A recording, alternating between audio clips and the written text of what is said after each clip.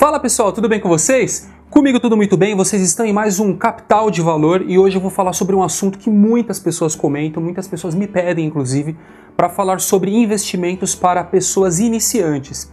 Então é um vídeo muito importante, ok? Que é uma dúvida que as pessoas têm muito no início, né? Quais são os investimentos para iniciantes? Como que eu começo? Como que faz tudo mais? Eu vou falar sobre 3 que eu indico bastante, tá bom? Mas antes de continuar esse vídeo, você precisa fazer uma coisa. Deixar o seu like, porque o seu like ajuda bastante o YouTube a entender que esse vídeo tem relevância. E se inscreva com o sino de notificação agora mesmo, caso você não seja inscrito. E pode comentar também se você já investe em algumas dessas coisas, beleza? Bom, eu vou falar o seguinte, que esses investimentos, eles são muito bons para pessoas iniciantes, mas eles servem para qualquer estilo de investidor, para qualquer tipo de investidor, né, que a gente classifica lá moderado, agressivo, semi-agressivo, tem um monte de classificações lá que eu nem ligo muito para isso. Mas o fato é que qualquer um pode investir nisso, né, nessas coisas que eu vou falar. Eu vou começar falando sobre um pouco de renda fixa, que é o Tesouro Selic, na verdade, né, o Tesouro Selic, que é um investimento que ele tem liquidez diária, na verdade. Então, quando você investe no Tesouro Selic, você coloca lá, pode colocar todo mês, acho que é a partir de 50 e poucos reais agora. E tem o vencimento, né, que eu acho que o mais recente é para 2025, mas você pode sacar quando você quiser e você não perde nada do que já rendeu, né, ao contrário da poupança, que o vencimento é mensal, né, se você saca antes da data de aniversário, tem uma coisa assim, que você perde o rendimento que você teve no mês. No Tesouro Selic, não. Então você pode aportar o tanto que você quiser, você pode colocar, por exemplo, 100 reais por mês, e vai somando, vai virar 200, 300, assim sucessivamente, e você pode sacar quando você quiser, demora mais ou menos um dia útil para cair na sua conta. É pela corretora mesmo que você faz, pode ser pela Clear, pela Rico, pela XP, não importa a corretora, e é considerado uma renda fixa. Então, basicamente, pessoal, renda fixa, a diferença de renda fixa para renda variável. Renda fixa, basicamente, é quando você empresta o dinheiro para alguém. Então, quando você coloca na poupança, é uma renda fixa. E você está, entre aspas, emprestando o seu dinheiro para o banco. O banco vai usar o seu dinheiro lá da poupança para fazer outros investimentos em outras coisas, até muitas vezes mesmo, até mesmo em tesouro direto. E então ali ele te paga, né, te dá uma recompensa ali de uns juros ali e tudo mais.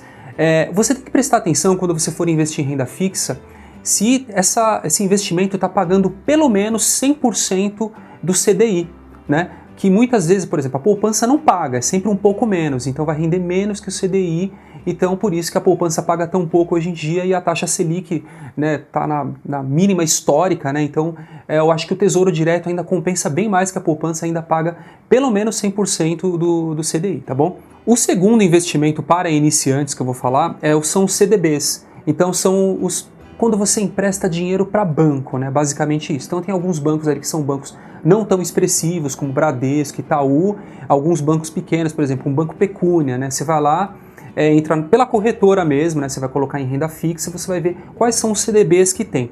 Agora, uma coisa que você tem que prestar atenção, que eu aprendi até sozinho sobre isso, é que o CDB, ele não soma. O CDB, o vencimento dele é diário. Então, por exemplo, se você entra num CDB hoje, digamos que seja dia 1 de novembro, e aí ele vai vencer daqui um ano, então vai vencer dia 1 de novembro do ano de 2021, tá? Tem CDBs que você pega para 5 anos, para 3 anos, para 2 anos, e esse sim, se você sacar antes do prazo, pode ser que você perca um pouco, mas existem CDBs com liquidez diária também, tá bom? Mas quanto mais tempo ficar, mais rende. Existem CDBs com rendimentos muito bons, com 127% do CDI, então existem CDBs muito bons, na verdade, inclusive eu também invisto em CDB. E o CDB, se você, por exemplo, eu quero botar todo mês um pouquinho nesse CDB, você já não consegue. Por quê? Você só compra ele uma vez. Eu entrei com 10 mil num CDB, eu quero colocar mais 500 reais nesse mesmo CDB. No dia seguinte, ele já está com outro vencimento, então você não consegue somar, assim como acontece no Tesouro Direto, tá bom? E é um tipo de investimento seguro, porque é garantido tem o FGC, né, que garante até 250 mil reais, por exemplo, se essa instituição falir. Você não perde a sua grana, contanto que seja até 250 mil reais. Então, se você tem 250 mil reais num CDB e rendeu lá, sei lá, tá 300 mil reais seu rendimento, e aconteceu alguma coisa com esse banco, com essa instituição, você tem o seu dinheiro garantido até R$250 mil. Então, pelo menos o que você investiu até R$250 mil você recebe de volta, mas não recebe o que rendeu, infelizmente. Mas é uma segurança boa, né? E assim, pessoal, eu até hoje não me lembro de nenhum caso de ter visto pessoalmente, algum amigo, alguém próximo acontecer esse tipo de problema. É bem difícil mesmo. Assim como o Tesouro Direto, que é quando você empresta dinheiro para o governo.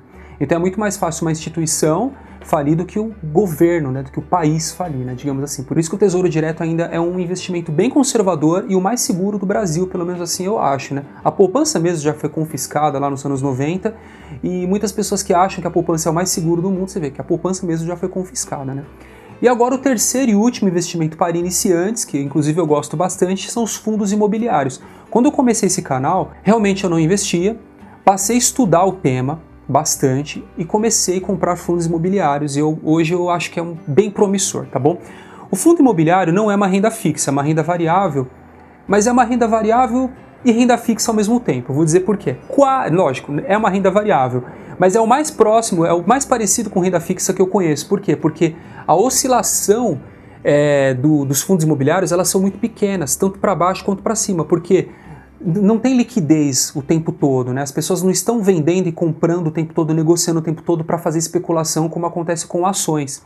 Então, normalmente quem compra fundos imobiliários é com fins de aposentar mesmo, ter um rendimento de alguma coisa mesmo, entendeu? Então, por isso não tem essa oscilação tão grande, tanto para baixo quanto para cima. Se você pegar antes da pandemia, os fundos imobiliários e na pandemia, eles não caíram tanto quanto as ações. E agora mesmo, deu uma recuperada, alguns que caíram um pouco, com essa alta da bolsa agora, eles estão ali subindo muito pouquinho em relação ao que as ações já voltaram, né? As ações já subiram. Então, se você não quer que seu patrimônio fique oscilando tanto de preço, os fundos imobiliários, eles são uma opção muito boa, além de pagar rendimentos mensais. Então, o fundo imobiliário você tem uma maior previsibilidade, digamos assim. Por quê? Porque todo mês vai pingar um pouquinho, aí vai de acordo com a quantidade de cota que você tem, né? E não tem imposto de renda sobre fundos imobiliários, pelo menos ainda não. Então é isso que compensa bastante, né? Na verdade, eu acho que compensa até mais do que você comprar um imóvel. Você tem R$200 mil, você vai investir no imóvel, você vai pagar imposto de renda, vai ter problema com o inquilino vai ter problema que às vezes o imóvel vai ficar vazio, por um tempo você não vai ganhar, você tem que declarar e tudo. E nos fundos imobiliários não tem esse tipo de problema, né? E sem contar toda a diversificação que existem dentro dos fundos imobiliários. Então, Tesouro Direto, Tesouro Selic especificamente foi o que eu falei, existem pré-fixados, existem outros modelos, mas o que eu falei foi esse, que é mais uma função de você ter ali um dinheiro para médio prazo, uma emergência, um dinheiro calção, um dinheiro de reserva, na verdade, de oportunidade, ou até mesmo num possível momento ali que você precise de grana. No Tesouro Direto, no Tesouro Selic, você consegue sacar rápido. O CDB já é uma coisa assim que seria interessante você pensar mais para médio prazo também, e os fundos imobiliários também de médio para longo prazo, mas também você pode vender quando quiser e sair da operação, tá bom? Espero que vocês tenham gostado. Eu ainda volto para falar mais profundamente sobre esses assuntos, ok? Mas pessoal, é abrir conta na corretora e você vai fuçando, você vai conseguindo. É tudo bem tranquilo, mas tudo que eu falo aqui eu sempre reforço. Pesquisa mais, pesquisa bastante. Vá atrás do assunto. Se te interessou, por exemplo, fundos imobiliários, vá atrás do assunto, tá bom? O que eu puder ajudar nesse canal, estaria aqui para isso, pessoal. Fica com a gente, deixa seu like e ainda volto logo. Até a próxima, hein? É nóis.